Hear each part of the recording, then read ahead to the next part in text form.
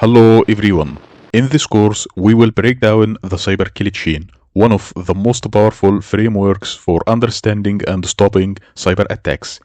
Every cyber attack follows a pattern, a sequence of steps that hackers take to infiltrate systems, steal data, and cause damage. But what if we could predict their moves? What if we could stop them before they succeed? This is where the cyber chain comes in, a model developed by Lockheed Martin that dissects cyber attacks into 7 distinct phases.